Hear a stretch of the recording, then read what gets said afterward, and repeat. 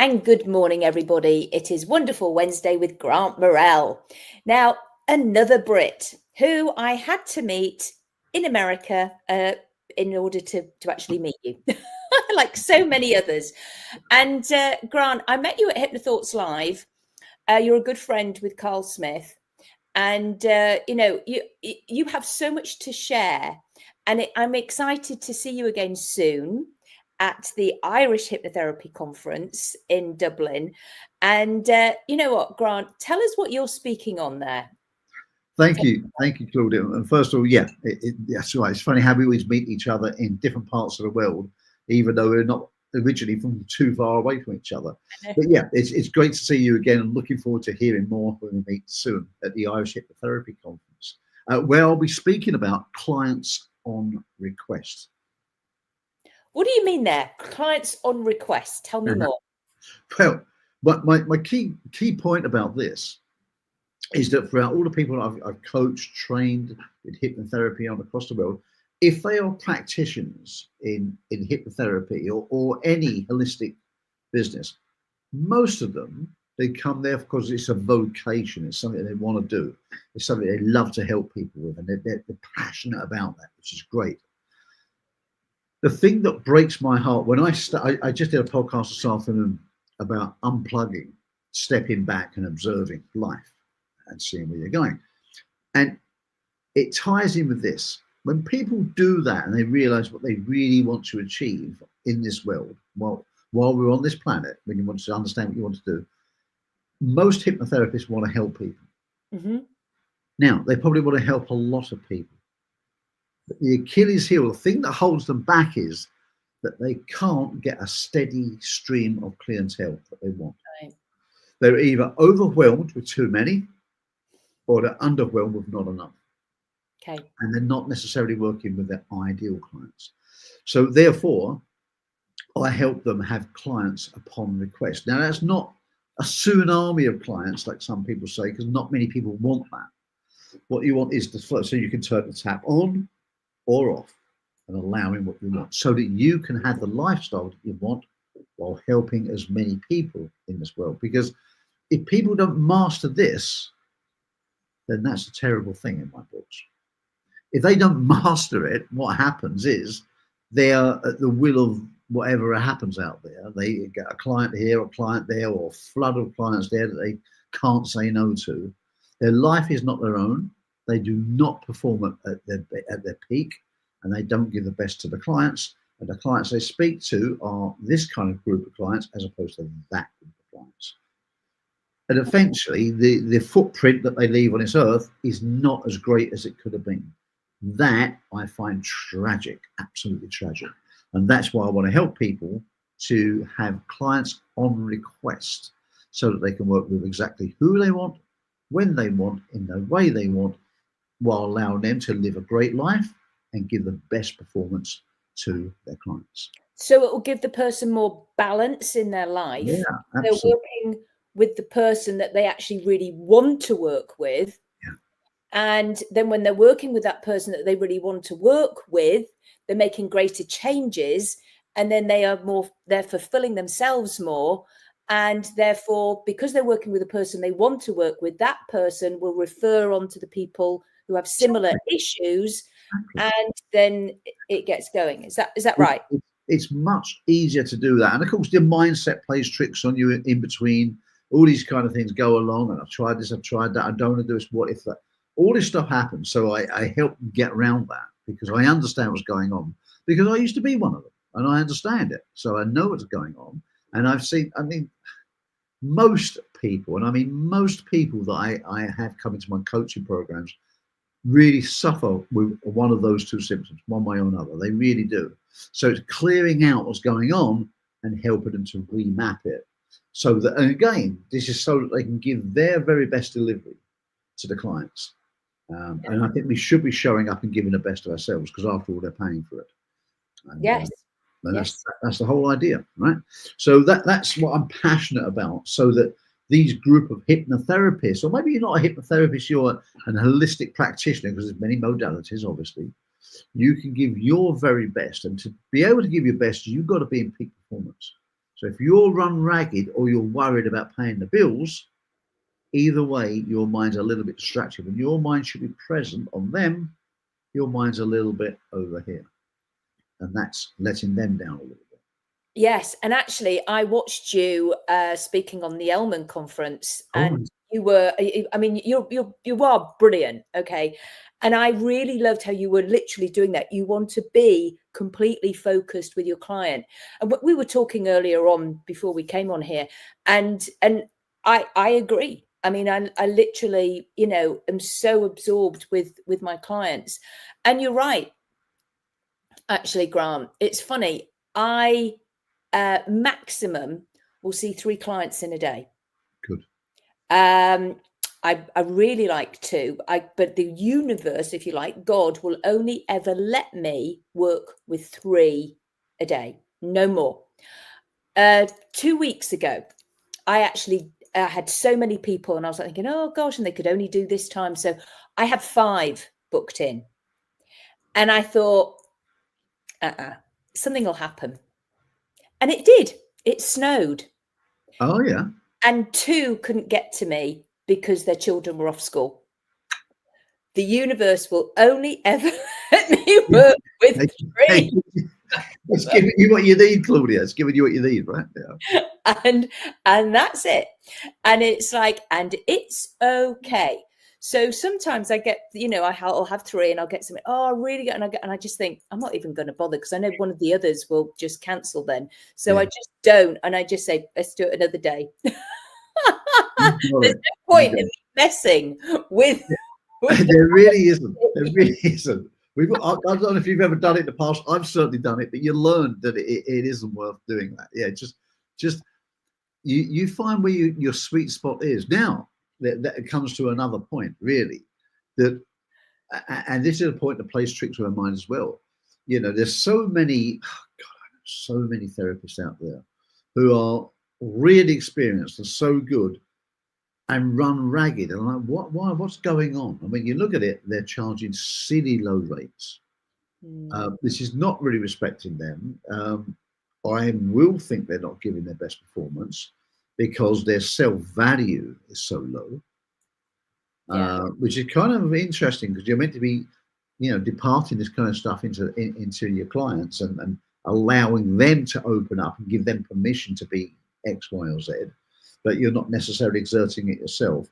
And I know the here thing, they want to help as many people as possible. Yeah, get all that. But there's ways around that. There's ways around it, which I coach people from in a business, and I use it a lot. You know, the people who can't afford it, and I understand. But you know, there's techniques which I can share with people, or approaches that I use to deal with that, to help them while still building your practice successfully and profitably. Yeah, well, a group. You know, I do group Zoom sessions for people, like having a first session with me. That's one way. I'll be interested to hear what you have to say about that. Then other ways of doing that. So I'm the Irish Hypnotherapy Conference. There's a lot of wonderful presenters. There's literally so many. It will be so much fun to. And this is what I love. We were talking about this before, Grant, weren't we? That it's about being with like-minded people, and we get those nuggets of gold.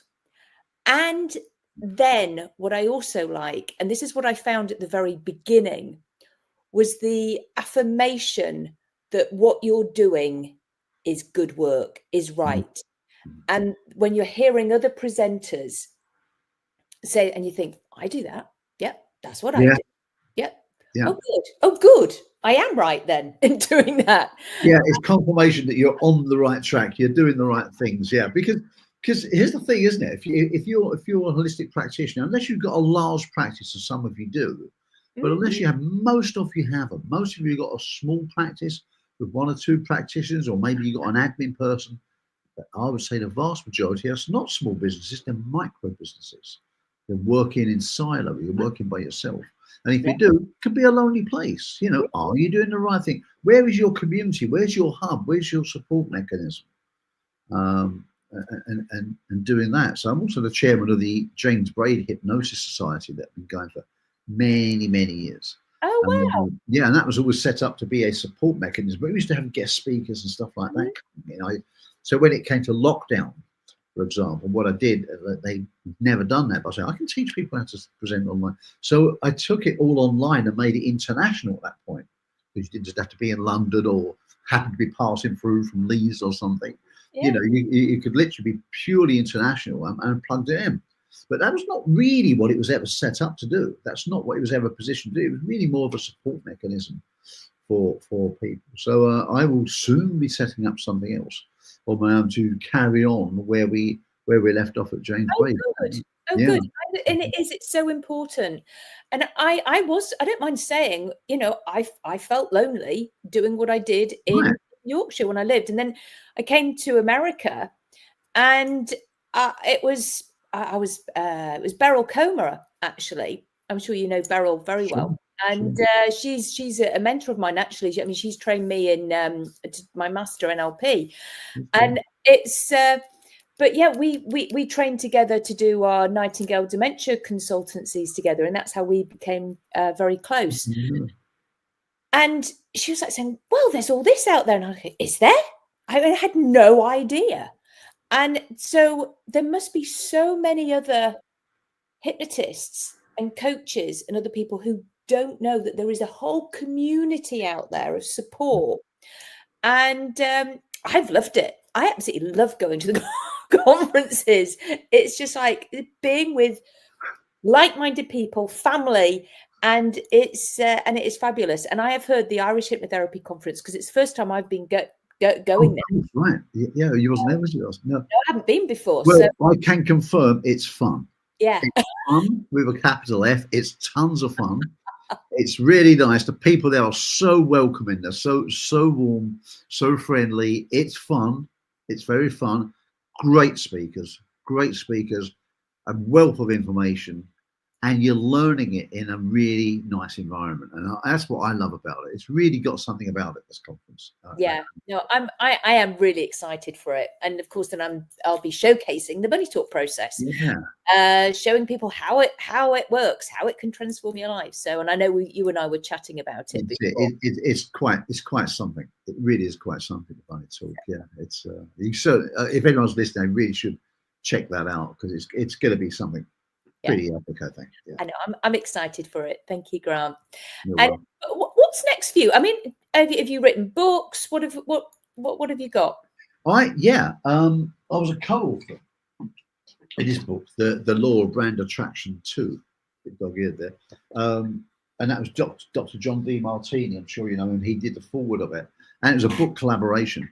And that's an international bestseller, that one. Yeah. All right. Okay. I think it momentarily knocked Michael Gerber, the E-Myth, off, and somebody else off their perch for a while. Yeah, but it's about brand. It's about finding your own brand. And the ethos of that book was really great, because it really pressed my own buttons, as it did the other authors, because it had to be done super fast. Now you look at, that could have been a bit better. No, get it good enough, edit that, edit again, edit that, gone, done. And you're like, it wasn't good.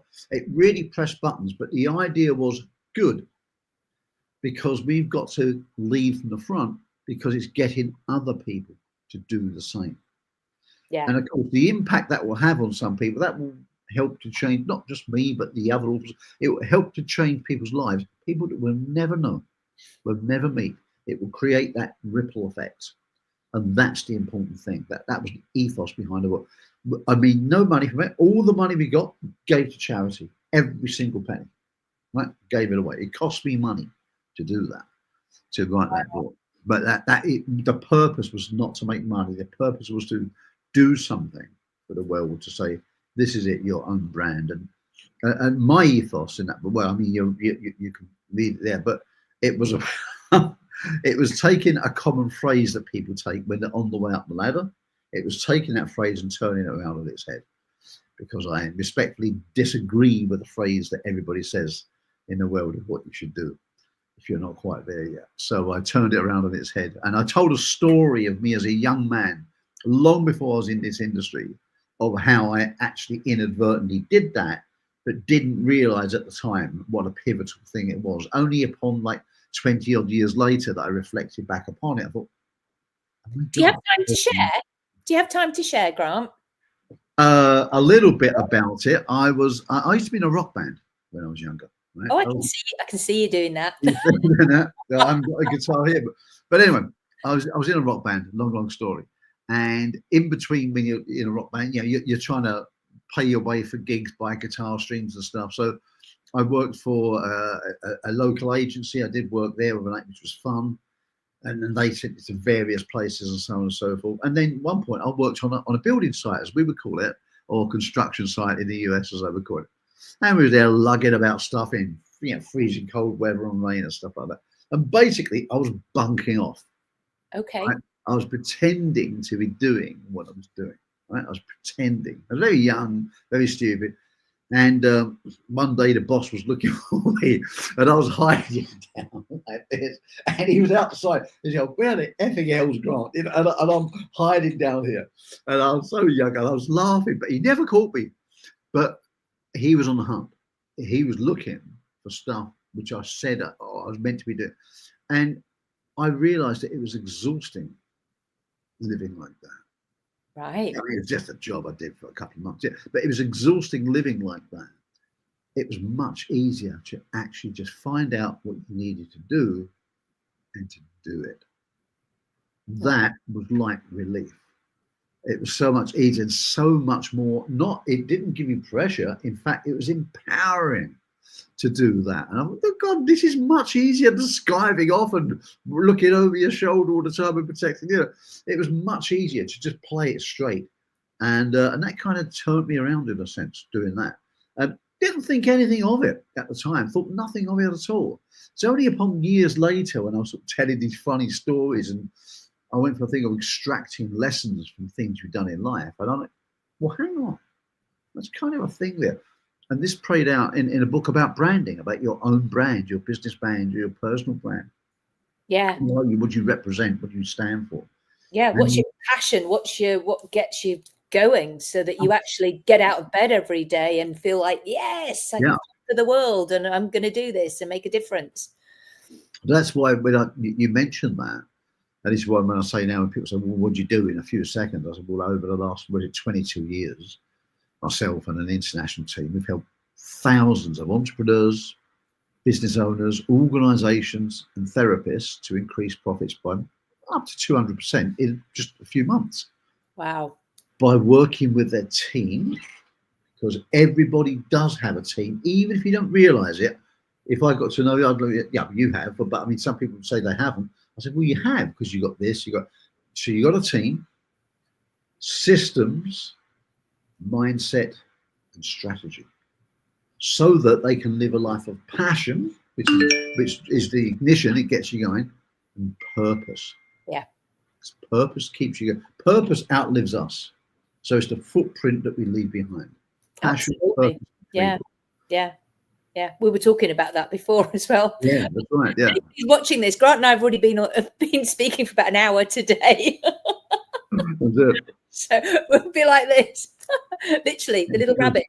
Yeah, spoken for ages, have we? Yeah, the two rabbit heads. But, so I mean, I love that, and I love that for you, because I can only imagine that has helped you, because we all go through periods in our life when crap happens. Yeah, I had a year like it last year. Yeah. And because you have that solid in your heart, that's your identity. Sounds to me like you've been able to draw on that to give you the energy, to give you keep going, the motivation, the perseverance that you have needed, because you love what you do. You've got to love what you do. I think you really have. When you stand back, when you unplug from this, and you unplug, and I recommend everybody should do that, should unplug. Whether that means turning off social media, going out into the countryside, nature, where you are, you really should do it. You've got to unplug. And don't want anyone disturbing you. Unplug, step back from the canvas. You know, if you're painting like that, you're too close to it. Mm-hmm. Like when there's a problem in your life, you're too close to see it. You've got to step back and get that panoramic view and observe. Observe life. Observe these human beings buzzing around doing this stuff. Observe then what you do. What do I do? Why do I do that thing? Does it serve me well? Because I'm convinced that 90% of the things, 90% are very vague, ambiguous figure, but a lot of things we do in our life are complete and utter waste of time. Okay. Why do we spend our time on those things? And this precious time we have on this earth. You know, people say, "Oh, I've got to do that," and I've got to do it. I mean, like, is there some written rule? We've got to do that thing. You know, challenge it, question yourself. Is that there? Because is that thing going to make? And this comes up when I'm coaching clients all the time. You've got to do this, and like, are you afraid of going forward by any chance? Because like you're putting an awful lot of got to do's in before you actually start doing this. Oh yes, yes. Right? So, procrastination. You know, do everything else. What are you afraid? And I was coaching a very, very senior manager in a huge corporation which will remain nameless, and they've been doing this role for like 25, 30 years, and setting up their own consultancy. And and I'm going through this and they're getting this done and that done and a bit tired there and that. Okay. And it went, I said, am I detecting you're a little bit afraid to go forward? And there it came, the long pause. Eyes went up, here we go. And they're like,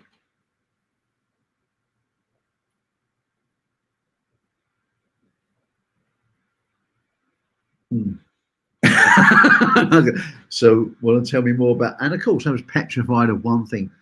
With the immense experience they had, they still didn't feel worthy enough to do it by themselves. How crazy is that? And that feeling goes right back often to child, and that is right, that's exactly what I can get out with the bunny talk process. You've got it. It's there. There. I mean, there's other ways as well. However, you're right. That's what we're talking about. It goes right back. So it's so interesting. I am not worthy.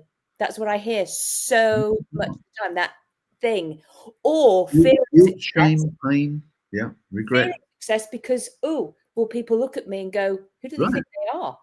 Yeah, all of the above. Yeah, I actually have that one going through a lot, and I know where it's from. But do you know what? I won't swear like Carl Smith does, but I do that to it. In fact, I should get Carl to do an impression of you. You should do an impression of him. That would be There you go.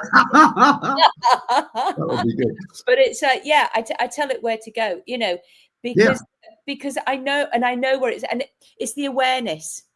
So what you did for him, Grant, was you brought out that awareness for him. Now he can get curious. Yeah. And then he needs to, and actually, in my opinion, once we have that awareness, then we can actually manage it anyway. Yeah, I mean, you get it, and people go off and they tell you the problem is this and the problem is that, and you go, you said one word about 7 minutes ago. You said a word. Tell me why did you choose that word? What was that? And that's it.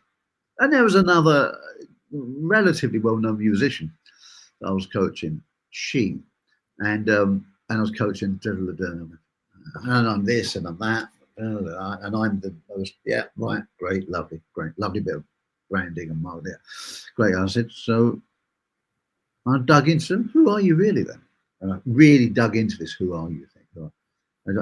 I keep saying it enough. Then the face went red, the tears come. Here we go. Who are you? I'm the girl who lost her brother.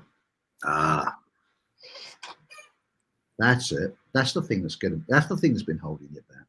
I mean, they've done pretty well, but it's like, you're here, but why are you not there? Because you should be. What is the handbrake is on, the parking brake's on, so you got your foot on the gas, but your foot on the brake. What's happening here? That's it. There's the thing. That's what I needed to know. All the other blah blah blah. Yeah, great, super. Yeah, your business manager told you so. Yeah, super. But I want to know who you are. They said, look in the eyes. What's going on there? Yeah. And it was cathartic. You know, she had come on to, well, not for me, but she had come on to the calls. And the joke was, I'm not going to bother wearing makeup anymore. I'm not going to bother. It's pointless. Because she said, she used to cry every time she came on, nearly every time. Not all my clients do, but but she felt you. She had a lot going on in her life, and a lot going on, and they felt safe. Yeah, It she felt was safe safe. with I mean, you. sometimes I'd be sitting there with my mug of tea, and she'd sit within 30 seconds, she'd try it. And I'm like, where did that come from? Yeah. She saved it up. Yeah. She felt safe to let it go. I love that. I love that, Grant. You gave her permission. Yeah. It was a safe, and it's a safe place. I do. I see grown, sort of like grown men, CEOs and stuff like that, and they suddenly go, I don't know where that's come from. They start crying, and I go, it's okay, and it's because they know I'm giving them. It's the space, like you just mentioned, the space, and cutting off from everything else, and just being with somebody who will listen. Yeah, that's important. Hold that space for you. And you're right. We were talking about this earlier as well. It's about that eye contact. It's that I see you and you're okay with me. Yeah. I've got you. It makes a huge difference to people when they realize. I always say that my joke is I always say that people don't care about us until they know that we care about them. Oh yeah. They know you got their back, and it's that's our job in life. I think for all of us is to be good to people, look after people. But also that includes yourself. So when I talk to people about relationships that they want to build, and I want to find a partner, or I want to do this for my husband or my wife. Don't forget yourself, your relationship with yourself. Absolutely, because who looks after you? Exactly. Right? And to give the best of yourself, you've got to get yourself in good condition, right? Yeah. So do that. Yeah. It's your business. Yeah. Grant, you and I could actually probably talk all afternoon. We could if I didn't have to go to another meeting. So I will stop there for people.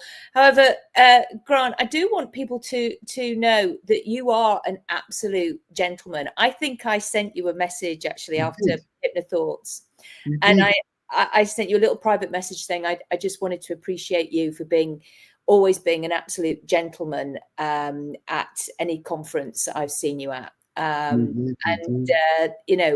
Because you just are, and I just wanted you to acknowledge that, and I want to share it publicly as well.